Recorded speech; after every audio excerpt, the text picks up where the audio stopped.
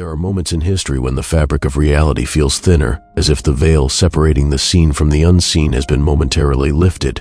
In these rare moments, patterns emerge, strange repetitions across cultures, scriptures, and prophetic dreams, pointing not to coincidence but to design, a protocol, a blueprint, one that appears to be written not by men but by an intelligence far beyond us. From the Tower of Babel to the Book of Revelation, from Enoch's ancient visions to the rituals hidden in secret societies, whispers of a divine sequence echo through the ages. Could it be that humanity has already received the full set of instructions for the final days? Is there a sacred code embedded in the chaos, waiting for those with eyes to see? Today, we pull back the curtain and examine what many believe to be the divine protocol and the evidence that suggests the countdown has already begun.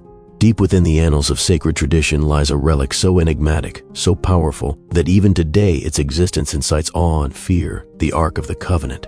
In the biblical narrative, the Ark is described not merely as a container for stone tablets, but as the very footstool of God, a conduit of divine power capable of leveling armies, parting waters, and emitting bolts of pure energy. But what if this ancient artifact was not just a holy symbol? What if it was a piece of lost angelic technology, crafted not by human hands, but by divine or extraterrestrial beings, and hidden away because its power could rival the heavens? The Ark's blueprint was given to Moses atop Mount Sinai, dictated with a level of specificity that resembles technical schematics more than religious guidance. Acacia wood, gold overlay, precise measurements, rings for poles, cherubim facing each other with wings outstretched.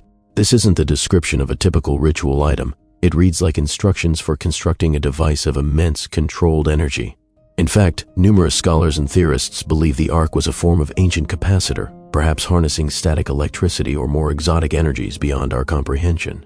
Some even suggest it functioned as a communications device, a spiritual radio able to transmit directly to realms unknown. In numerous accounts, those who improperly approached or touched the Ark died instantly. Priests required specific rituals, clothing, and even sound frequencies, like bells on their robes, to protect themselves in its presence. This is consistent with what one might expect from a powerful, radioactive, or energetic device. When the Israelites carried it into battle, enemies fell. When it entered the Jordan River, the waters split. This is not mere metaphor. These are manifestations of controlled, directed energy, suggesting that the Ark may have been a piece of technology so advanced it blurred the line between science and the divine. The mystery only deepens when we consider the sudden disappearance of the Ark. One day it stood in the first temple, then vanished without trace just before the Babylonian conquest. Some say it was hidden in a cave in Ethiopia, others that it was smuggled to Egypt or even beneath the Temple Mount. But an alarming theory suggests that the Ark never truly left the hands of power, that it was secretly retrieved in the modern age and hidden within deep underground military facilities. In fact, whispers from intelligence insiders and Vatican informants imply that the Ark is not lost, but preserved and studied in undisclosed laboratories, protected not only by soldiers, but by secret protocols and spiritual safeguards. Could this explain the obsession with the Middle East among world powers? Could the race for control over Jerusalem and the Temple Mount be more than political? Could it be technological? There is a long-standing theory that Solomon's temple was built not just as a place of worship, but as a housing unit for a machine of divine origin, a holy reactor designed to manipulate the veil between dimensions. If so, then whoever controls the Ark might also possess the power to pierce spiritual realms or unleash devastating forces upon the earth.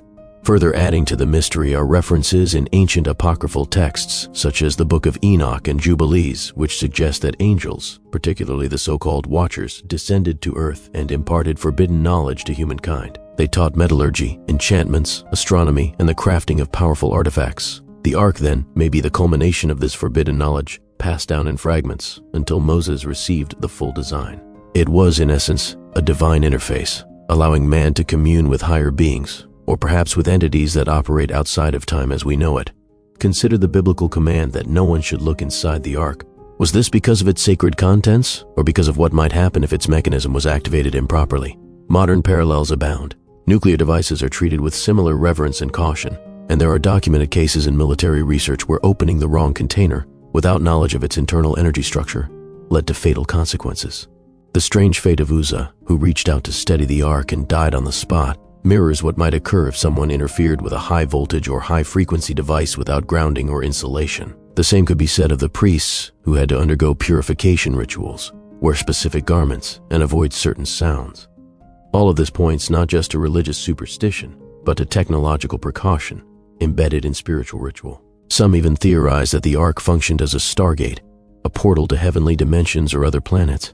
The cherubim, facing one another atop the ark, have been compared to antennae or emitters, focusing energy into a centralized beam or opening. Was the mercy seat truly a seat or a console? Was God's voice heard because it resonated through a frequency unknown to human ears, yet captured and projected by this divine machine? In a curious overlap with UFO lore, several researchers have drawn connections between the ark and sightings of chariots of fire or celestial vessels. Ezekiel's vision of wheels within wheels, glowing and full of eyes, is often interpreted as a spacecraft. Could the ark have been part of an interdimensional or extraterrestrial technology network? One note of many, distributed among ancient cultures to guide or manipulate humanity's evolution. And if the ark was one of these devices, what of the others? The legends of the Spear of Destiny, the Philosopher's Stone, or the Crystal Skulls all seem to point toward ancient relics that hold vast, incomprehensible power. Might these be remnants of a pre-Adamic civilization, perhaps even survivors of a war among divine beings, the so-called wars in heaven? The ark could then be both a weapon and a communication link, salvaged and repurposed for human use under divine instruction. In the 20th century, rumors swirled that Nazi occult divisions searched for the ark, believing it to be a source of ultimate power. Some say they found fragments, others that they failed miserably. But what matters is that world powers believe in its potential. The United States, the Vatican, Israel, all rumored to possess knowledge or pieces of this technology. And what if they're not trying to replicate it, but to reassemble something greater?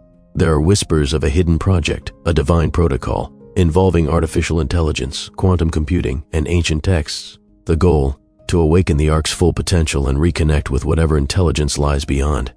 But the danger is unfathomable. What if the ark was sealed not to protect us from ignorance, but to protect us from what lies on the other side? In a world obsessed with progress, humanity may be on the brink of unsealing a power it cannot control. And in the echoes of ancient prophecy, there lies a warning that what once walked among us may walk again if the veil is pierced by human pride disguised as faith. The ark then is not just a relic, it is a key, and perhaps a test. And now we're left wondering, if there is indeed a divine protocol, hidden, ancient, and unyielding, what does that mean for us? Are we truly the masters of our own fate, or simply actors in a cosmic script, carefully choreographed by celestial architects who never reveal their faces? Perhaps our instincts have always whispered the truth, but we chose to drown them in logic and routine. Maybe those moments of déjà vu, of uncanny timing, of impossible intuition, were all faint echoes of that protocol brushing against the veil of our reality. What if everything we call coincidence is, in fact, divine design? And if this secret celestial government exists, is it truly benevolent? Or is it simply efficient, unconcerned with the human notion of right and wrong, focused only on maintaining balance at any cost? This idea doesn't demand belief, it demands curiosity, a willingness to look up at the stars and ask, not are we alone, but who is watching? Because maybe the world isn't broken. Maybe it's just unfolding according to a code we were never meant to see. What do you think? Are we on the brink of revelation, or just scratching the surface of a plan far too vast for us to grasp? Let us know in the comments. Your theory might just unlock the next layer of truth.